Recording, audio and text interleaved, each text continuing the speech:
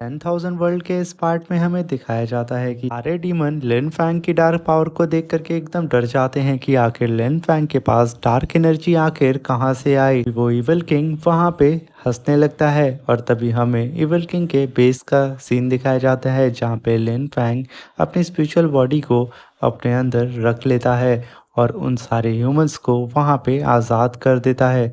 सारे ह्यूमंस वहाँ पे आज़ाद होकर के काफ़ी ज़्यादा खुश हो जाते हैं और एक दूसरे को गले लगाना शुरू कर देते हैं। तभी यहाँ सिस्टर सुजू कहती हैं कि फाइनली हम अपने काम में कामयाब हो गए हैं। वे डीमन लैंड में डीमन क्वीन कहती है कि आखिर लिन फैंग के पास ये डार्क एनर्जी कहाँ पे आई। उसके पास एक डार्क स्पिरिचुअल बॉडी थी और साथ में उसकी स्पिरिचुअल बॉडी की पावर अर्थ इमॉर्टल से भी ज़्यादा थी। एवल किंग कहता है कि लिन फैंग के पास डार्क पावर इसलिए आ गई है क्योंकि उसके पास जेड बटरफ्लाई ऑफ क्रिएशन है।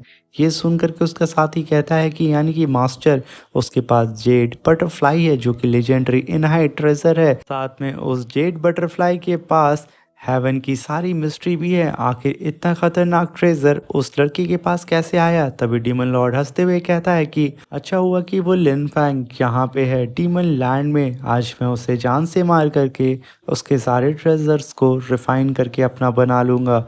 और मुझे तो सबसे ज़्यादा खुशी ये हो रही है कि उसके पास जेड बटरफ्लाई ऑफ क्रिएशन है जिससे मैं अब आने वाले फ्यूचर में और भी ज़्यादा पावरफुल बन सकता हूँ। ये कह कर के वो अपने साथियों की ओर देखने लगता है और तभी वो वहाँ पे कहता है कि अब बारी है उस लिन फैंग को जान से मारने की। ये कह कर के वो अपनी एनर्जी को कलेक्ट करता है और एक आसमान में पोर्टल ओपन कर देता है। तभी हमें डीमन बेस का सीन दिखाया जाता है जहाँ पे सिस्टर सुजू कहती हैं कि लिन फैंग यहाँ पे कुछ गलत होने वाला है। तभी लिन फैंग भी देखता है कि उसके सर के ऊपर आसमान में क्रैक हो जाता है जो देख करके लिन फैंग तुरंत अपने वाइट गेट को ओपन करता है और अपने सारे साथियों को लेकर के वहाँ से भागने की तैयारी कर लेता है। और जैसे ही वो डीमन पोर्टल वहाँ ओपन होता है एंसेस्टर सुजू कहती हैं लिन फैंग जल्दी।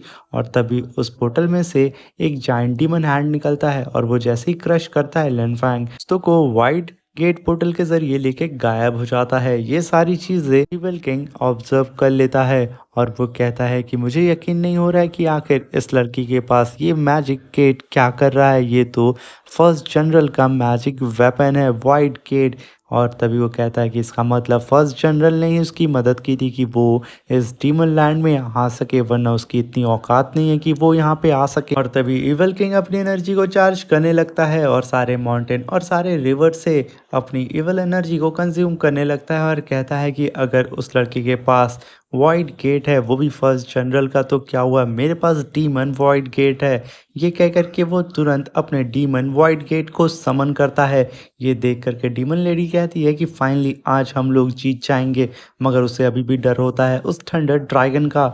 और देखते ही देखते वो इविल किंग अपने सर के ऊपर उस वाइट गेट को खोल लेता है और अपनी स्पिरिचुअल एनर्जी उसमें ट्रांसफ़र करने लगता है जिसकी वजह से लिन फैंग जिस वाइट गेट से इस डीमन लैंड से भाग रहा होता है तभी उसी वाइट गेट के अंदर इविल किंग भी अपने डीमन वाइट गेट को ओपन कर लेता है और उसका पीछा करने लगता है। ये चीज़ लिन फैंग सेंस कर लेता है। तभी लिन फैंग कहता है कि साउथ यांग जल्दी से चलो क्योंकि हम पर इविल किंग नज़र रख रहा है। तभी इविल किंग उसे देख करके वहाँ पे मुस्कुराने लगता है और फाइनली वो वहाँ पे अपीयर हो जाता है और वो अपीयर होते ही अपनी शॉट से सीधा लिन फैंग के ऊपर अटैक कर देता है।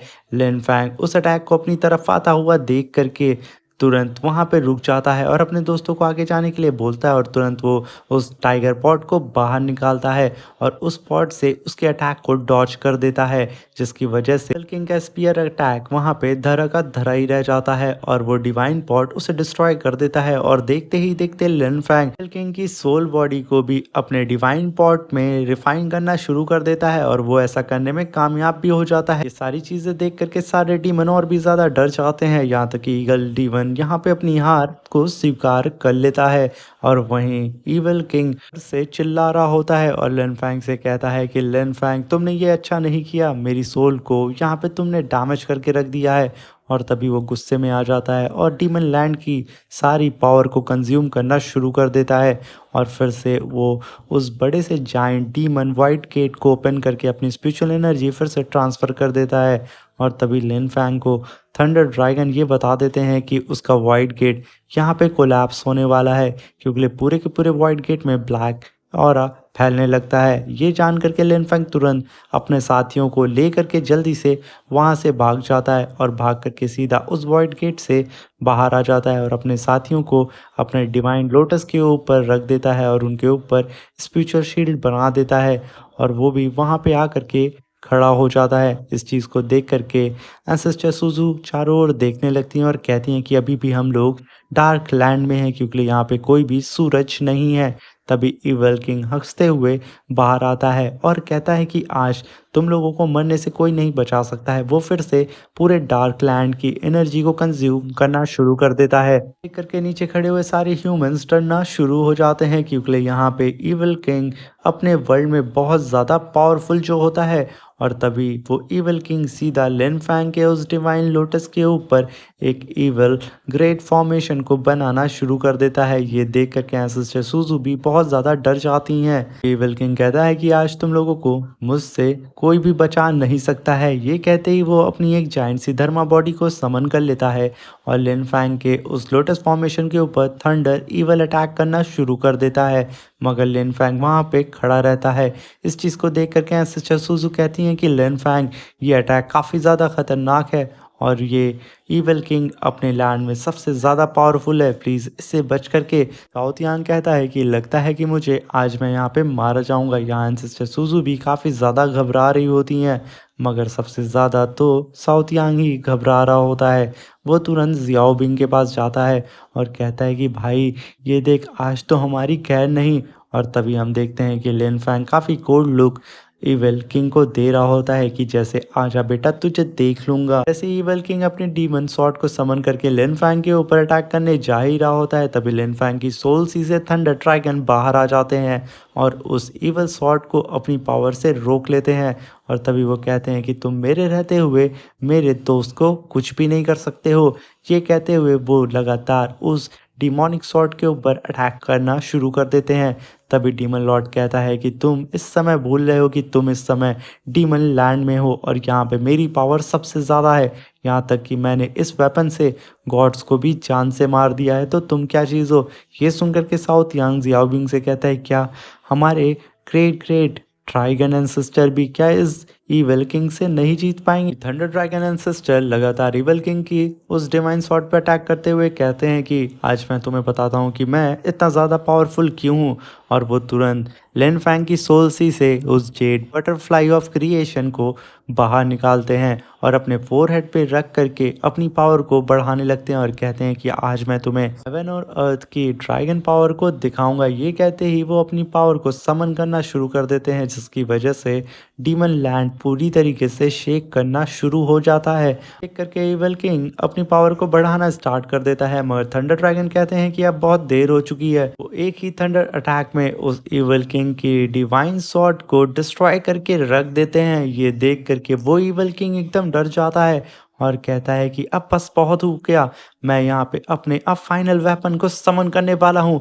ये बेचारा कह ही रहा था, तभी लिन फैंग उसकी इस चीज़ को सुन लेता है और वो पलक झपकते ही उसके पास आ जाता है और अपने डीमन टाइगर पॉट को बाहर निकालता है और निकालने के साथ यहाँ पे उस इवल किंग की बॉडी के साथ साथ उसकी सोल बॉडी को भी रिफाइन करना शुरू कर देता है। इवल किंग कहता है कि मेरे ही लैंड में आकर के तुम लोग मुझे मारने की कोशिश कर रहे हो, आज मैं तुम्हारे स्पॉट को जला करके राख कर दूंगा।